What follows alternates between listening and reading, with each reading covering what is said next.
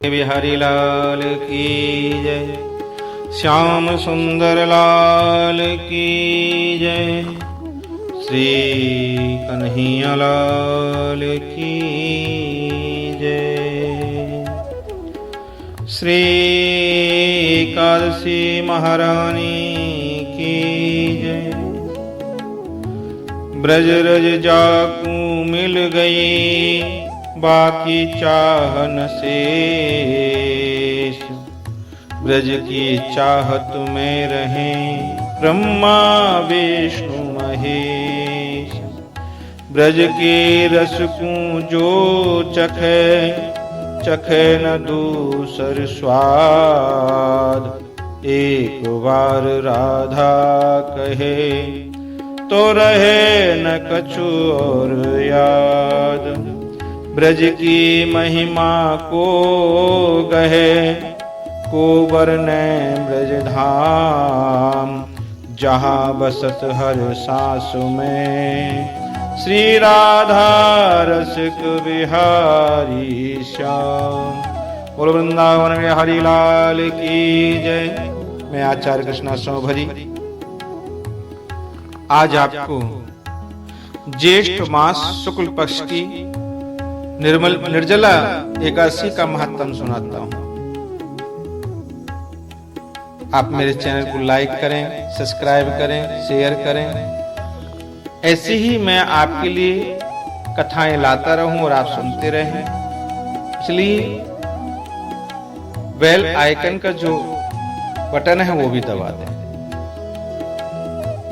महाराज युधिष्ठिर ने पूछा कि हे जनार्दन, अपरा का सारा महत्व मैंने आपसे सुन लिया है। अब ज्येष्ठ के शुक्ल पक्ष में जो एकादशी होती है उसका आप वर्णन कीजिएगा, मैं सुनना चाहता हूं।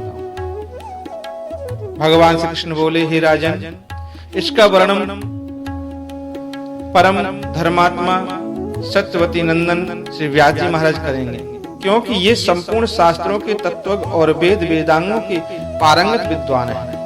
इसका वर्णन व्यास जी करेंगे।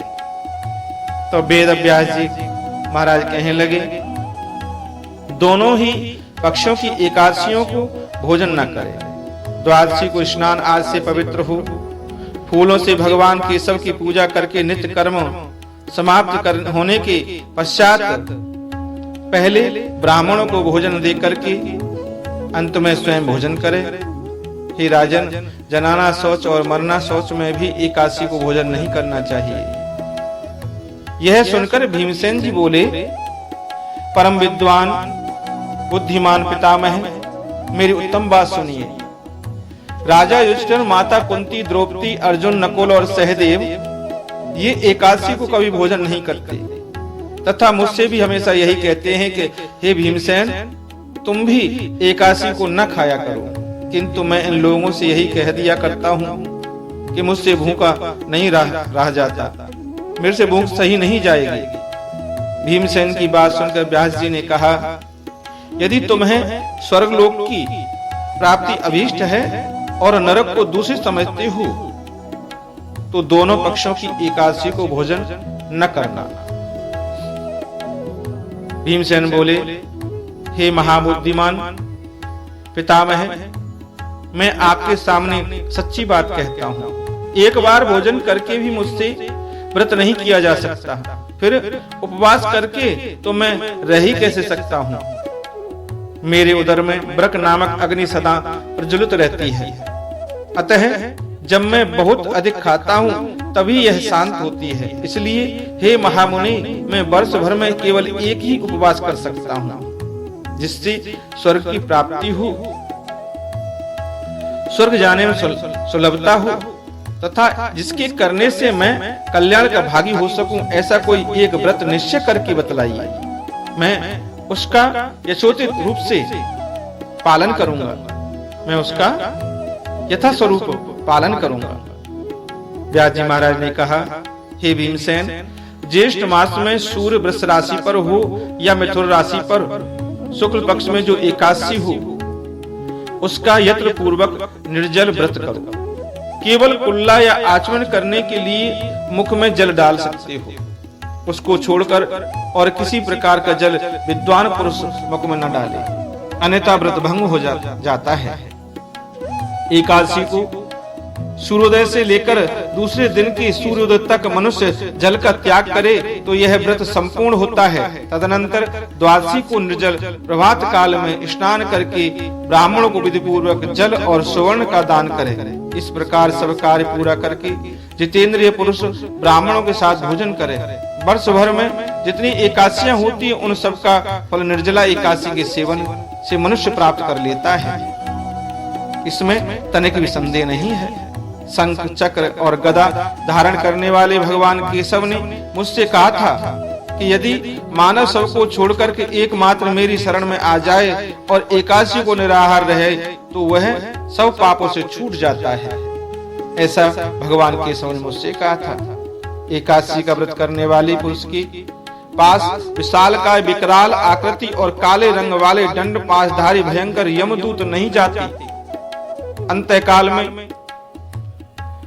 पीतांबरधारी सौम्य स्वभाव वाले, हाथ में सुदर्शन चक्र धारण करने वाले और मन के समान वेग वाली विष्णु दूत आकर इस वैष्णव पुरुष को भगवान विष्णु के धाम में ले जाते हैं।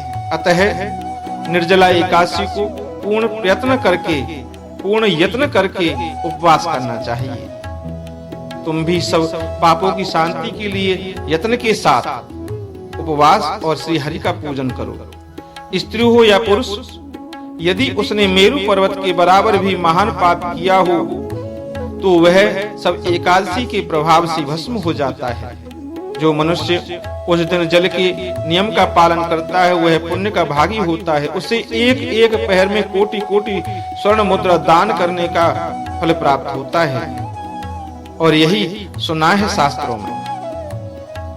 मनुष्य निर्जला एकादशी के दिन स्नान, दान, जप, होम आदि से जो कुछ भी करता है वह सब अक्षय होता है। यह भगवान श्री कृष्ण का कथन है। निर्जला एकादशी को विधि पूर्वक उत्तम रीति से उपवास करके मानव वैष्णव पद को प्राप्त कर लेता है। जो मनुष्य एकादशी के दिन अन्न खाता है वह पाप भोजन करता है। इस लोक में वह चांडाल के समान है और मरने पर दुर्गति को प्राप्त होता है। जो ज्येष्ठ के शुक्ल पक्ष में एकादशी को उपवास करके दान देंगे वे परम पद को प्राप्त होंगे। जिन्होंने एकादशी को उपवास किया है वे ब्रह्मत्यारे, शराबी, चोर तथा गुरुद्रोही होने पर भी सब पातकों से मुक्त हो जाते हैं। हे कुंती नंदन, निर्जला एकादशी के दिन श्रद्धालु स्त्री पुरुषों के लिए जो विशेष दान और कर्तव्य विहित हैं उसे सुनो। उस दिन जल में शयन करने वाले भगवान विष्णु का पूजन और जलमयी धेनु का दान करना चाहिए अथवा प्रत्यक्ष धेनु का घृतमयी धेनु का उचित दान करना चाहिए। पर्याय और पर्याप्त दक्षिणा और भांति भांति के मिष्ठानों द्वारा यत्न पूर्वक ब्राह्मण को संतुष्ट करना चाहिए। ऐसा करने से ब्राह्मण अवश्य संतुष्ट होते हैं और उनके संतुष्ट होने पर भगवान श्री हरि मोक्ष प्रदान करते हैं। जिन्होंने सम, दम और दान में प्रवृत्त हो श्री हरि की पूजा और रात्रि में जागरण करते हुए इस निर्जला एकादशी का व्रत किया है उन्होंने अपने साथ ही बीती हुई 100 पीढ़ियों को और आने वाली 100 पीढ़ियों को भगवान वासुदेव के परम धाम में पहुंचा दिया है। निर्जला एकादशी के दिन अन्न, वस्त्र, गौ, जल, सैया, सुंदर आसन, कमंडलु तथा छाता दान करने चाहिए। जो श्रेष्ठ एवं सुपात्र ब्राह्मण को जूता दान करता है वह सोने के विमान पर बैठ करके स्वर्ग को प्रतिष्ठित होता है। अन्नम वस्त्रम तथा गावो जलम सय्या शनम शुभम कमंडलस्तु तथा छत्रम दातव्यम निर्जला दानिनी।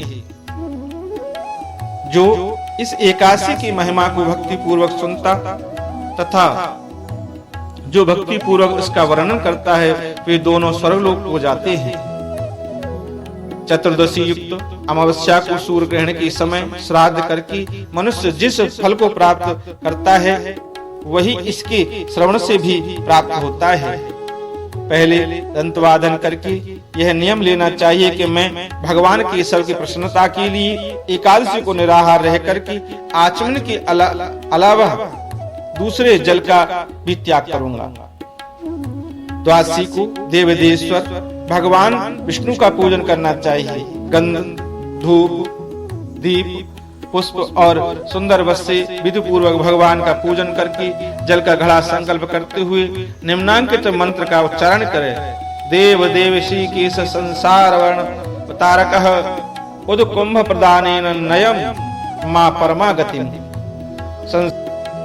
संसार सागर से तारने वाले देव देवेश ऋषिकेश, इस जल के घड़े का दान करने से आप मुझे परम गति की प्राप्ति कराइए।